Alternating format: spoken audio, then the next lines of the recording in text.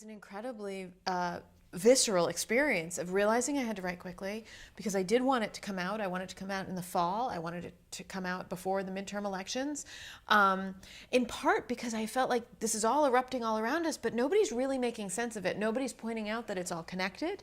In part because we don't take women's anger seriously as a political force. There isn't a lot in a mainstream political media that's saying, look, that thing that happened, the women's marches, there you can draw a direct line between all these forms of protest and women running for office and the Me Too movement, and this is all of a piece. You know, the eruption of fury from less powerful people in the United States, many of them women. This is a story to be told about America, and a move to change it and to transform it.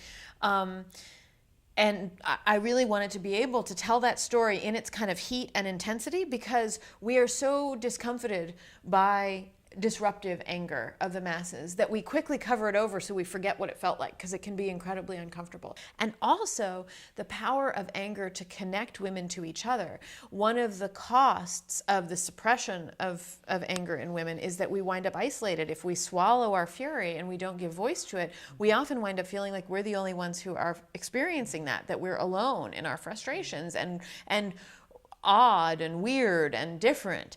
But when you give voice to the things you're angry or resentful about, and you become audible to other women who might feel the same way and have also felt previously isolated but might have lived down the block from you.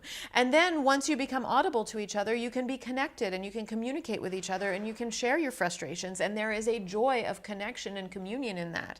There is also the possibility for organizing and coalition, which is of course the politically strategic reason why a power structure wants to suppress that rage in women, because if you don't know that the woman down the street from you is as angry as you are, then there's no chance you're going to start, organizing or running for office together. And I think that the fact that you can be so angry and you can dedicate your every day and every hour to resisting power abuses, and yet that power may still get abused. You may not win that immediate fight. I think that's a lesson that a lot of women are learning, and that's extremely difficult to learn.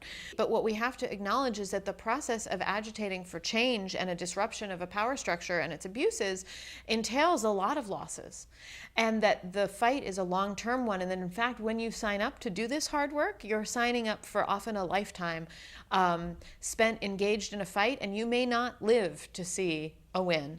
And yet, we are here because generations before us also spent their lives working toward victories that many of them did not ever live to see, but which we now benefit from. I think that the view of how long these fights have gone on, extending not just since Election Day 2016, and not just since Anita Hill's testimony in 1991, and not just back to the second wave feminism of the 70s, the civil rights movement, the gay rights movement, but back through the labor movement, the settlement house movement, the abolition and suffrage movements, that this has been going on since the founding, this fight.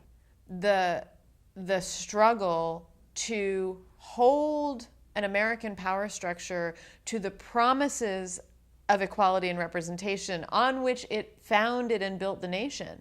We are looking at 2 centuries of that fight to hold America accountable for the thing that it promised we were supposed to be. And I think this is a moment where we are reminded that we are part of that struggle.